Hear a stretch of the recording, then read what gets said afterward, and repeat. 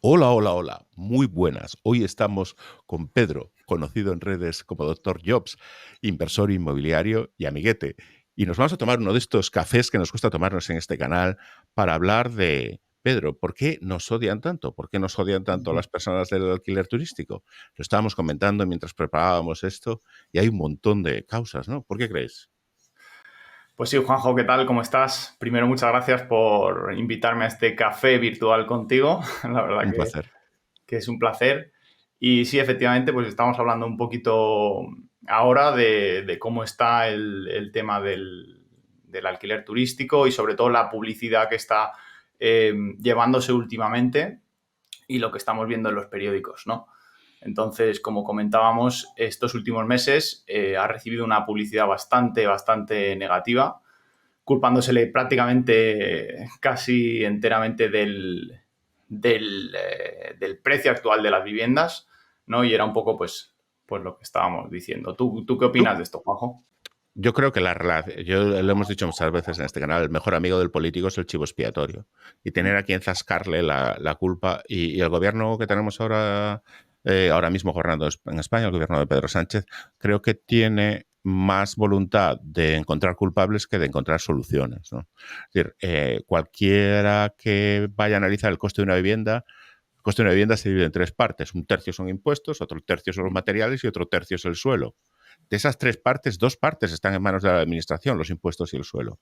Sí. No vemos esfuerzos de la administración por reducir esas dos partes. Y los materiales, por otra parte, también tienen la inflación que estamos teniendo. Es decir, yo no veo voluntad de buscar soluciones. Lo que sí veo voluntad de buscar culpables, ¿no? Es decir, y en ese sentido, la vivienda turística y el alquiler turístico nos ha tocado comernos ese marrón así de claro, ¿no? Es decir, Ujú. porque que yo no digo que el sector no haya problemas y que no haya inconvenientes y que en algún caso no haya molestias, pero estamos hablando de 400.000 viviendas en alquiler en España en este verano y la cantidad de problemas que hay comparada con el volumen de actividad me parece ínfima, ¿no?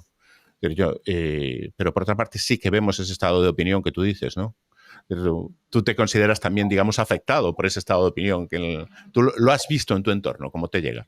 Sí, o sea, al final lo que creo que es que la gente no contrasta las noticias que recibe, ¿no? Directamente las acepta como la realidad. Entonces, lo que estamos viendo es que para un problema muy complejo, que tiene muchas vertientes, como dices tú, los materiales de construcción se han encarecido, los impuestos cada vez son más altos, todo el mundo quiere vivir en el mismo sitio, está llegando mucha inversión extranjera que, por ejemplo, aquí en Madrid están comprando la mayoría de los pisos en las mejores zonas. Entonces, todo eso afecta al precio de las casas. No solo que haya según el INE, 1,3% de pisos turísticos en España, que obviamente en algunas zonas de núcleos turísticos es mayor, está claro, en Barcelona, en Madrid, en ciertas zonas, en Valencia, Alicante, zonas súper turísticas, a lo mejor en el centro sí que puedes llegar a tener un 10 o incluso un 12% de viviendas, pero que ese porcentaje afecte al precio total de las viviendas es un poco exagerado y no se están teniendo en cuenta otras variables, ¿no? Como Claro. dices tú, es un chivo expiatorio al final, es una forma de echarle la culpa a una causa separada de un problema más complejo. Oye, una cosa, Pedro, porque tú no solo gestionas tus propias viviendas, sino que creo que también gestionas propiedades Sí, de terceros y entonces estás en contacto con esa realidad que es muy española, en la que la clase trabajadora y la clase media ha depositado durante décadas los sí. ahorros en la vivienda. Entonces, este momento de la vivienda turística permite a todas esas personas que han depositado sus ahorros en la vivienda, pues tener, yo no digo casi más rentabilidad, sino otro tipo de rentabilidad, ¿no? Porque antes tú alquilabas un piso en alquiler convencional y pierdes un poco el control o la capacidad de usarlo. Si lo tienes en alquiler turístico, pues oye, si te da la gana de ir 15 días, puedes, ¿no? Sí. Entonces, ¿tú no crees que que llama la atención la pasividad con la que esas personas que han depositado sus ahorros en vivienda están reaccionando a esto, ¿no? Es decir, se lo están comiendo con patatitas. Es decir, no hay una reacción.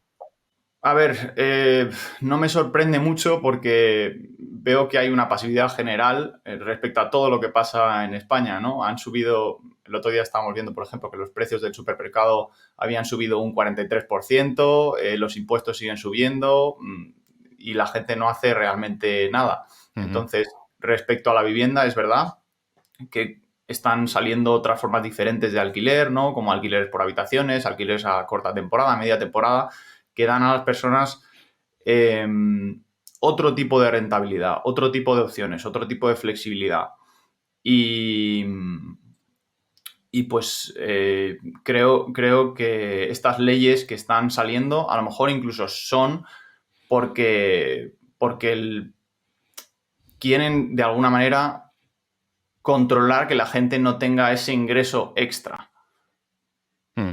Hay- Contener a la gente cautiva, ¿no? Dependiente de... Exactamente, Mm. exactamente. Esto suena un poco conspiratorio, pero yo creo que un alquiler a medio a corta temporada te puede dar mucha libertad, te puede dar mucha flexibilidad.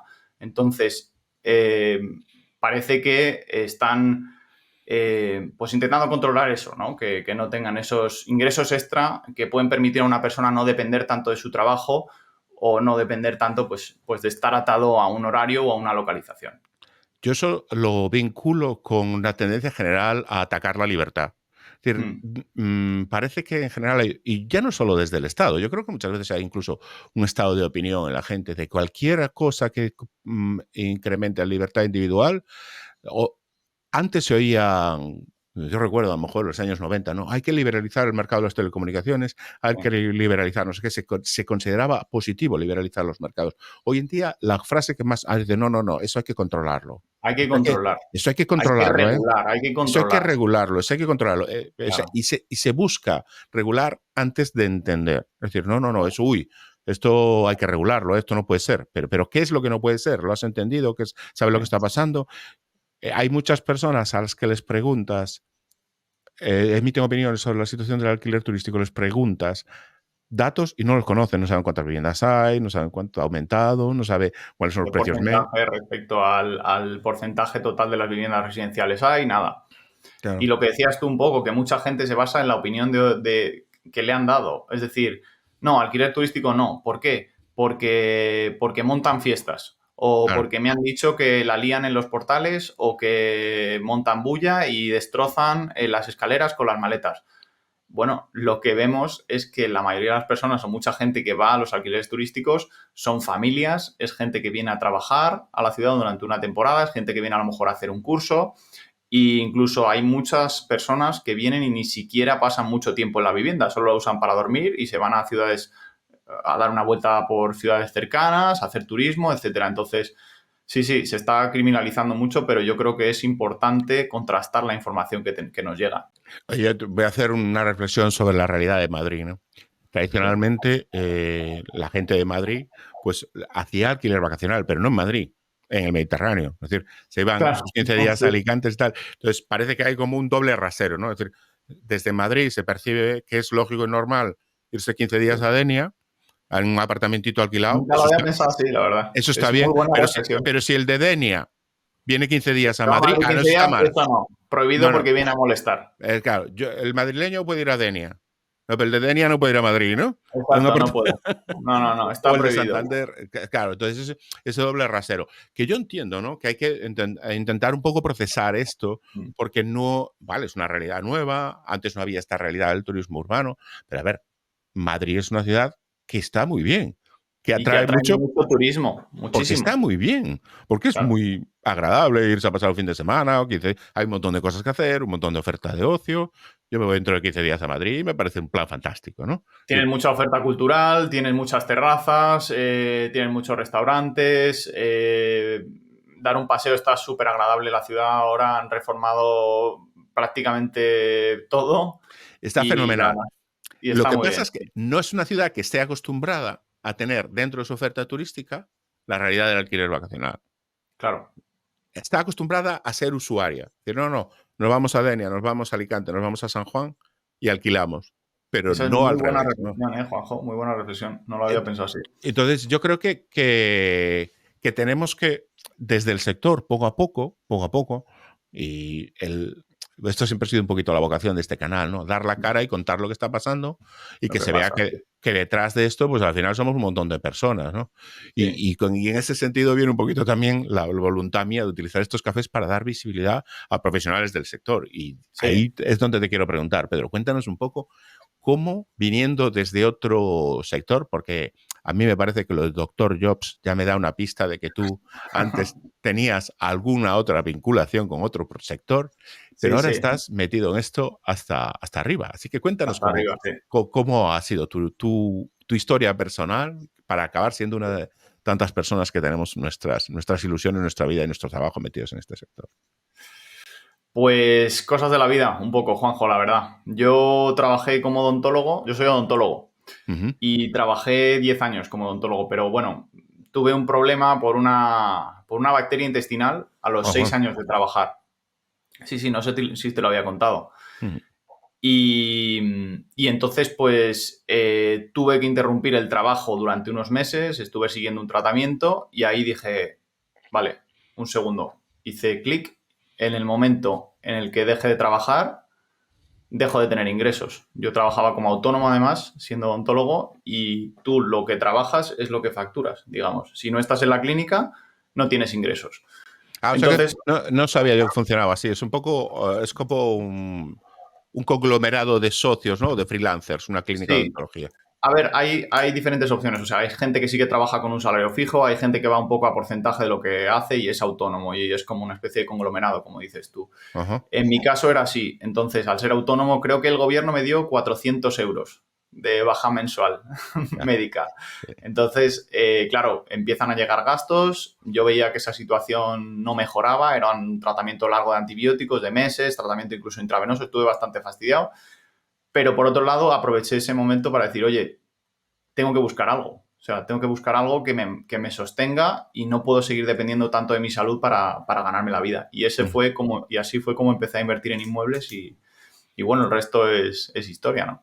Yo creo que eso es muy interesante, pero aparte es como muy común, ¿no? Es decir, yo también empecé un poquito con esa voluntad de diversificar fuentes de ingresos.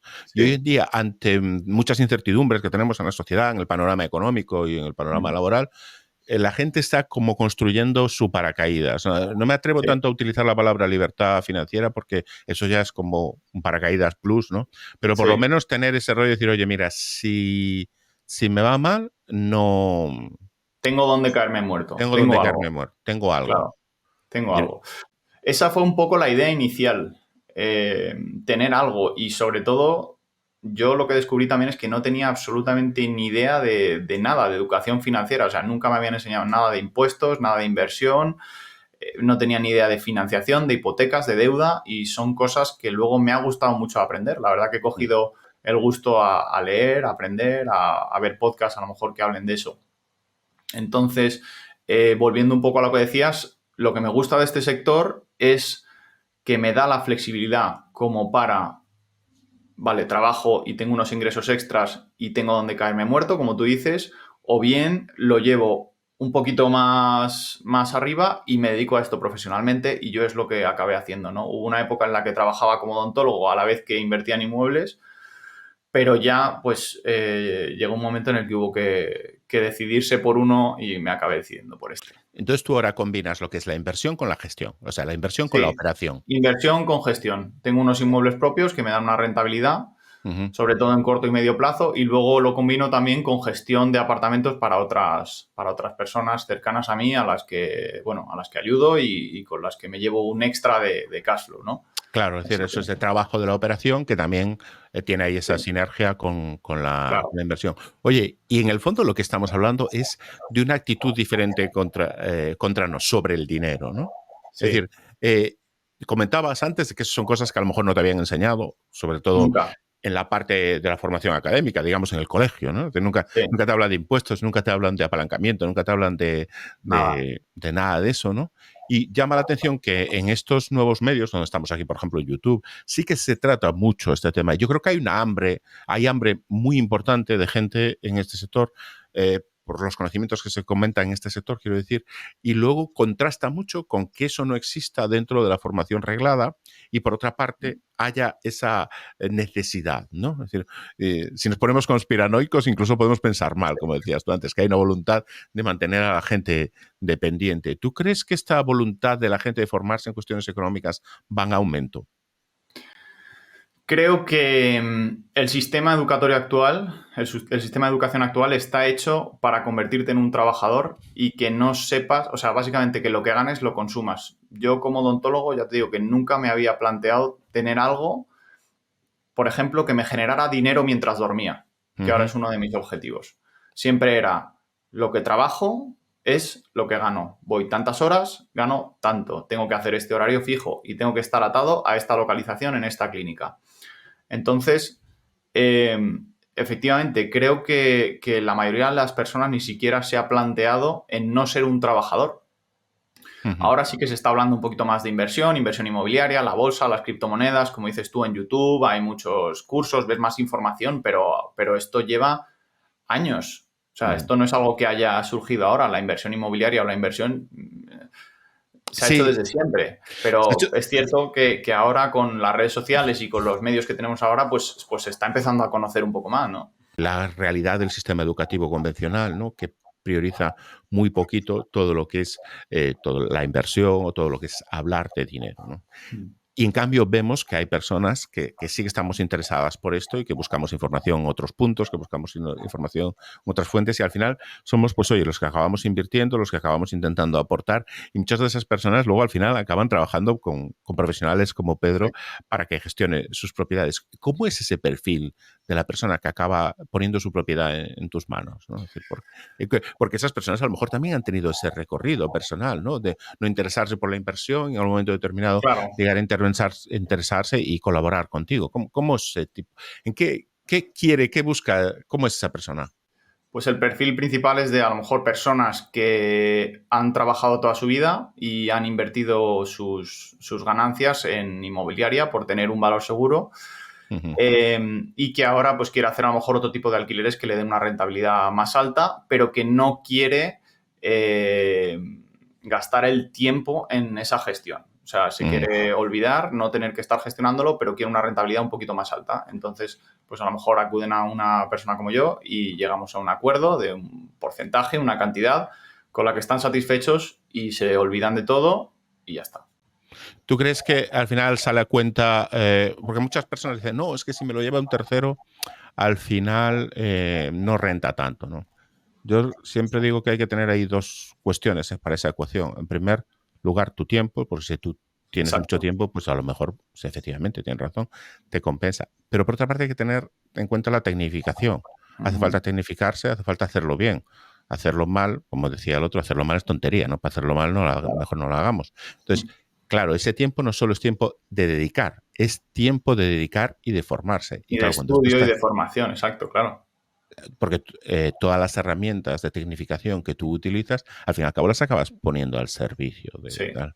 Entonces, eso realmente muchas veces no se tiene en cuenta, ¿no? Cuando se hace esa cuenta de tal. ¿Tú crees que rinde más una propiedad cuando se trabaja con un profesional de la gestión?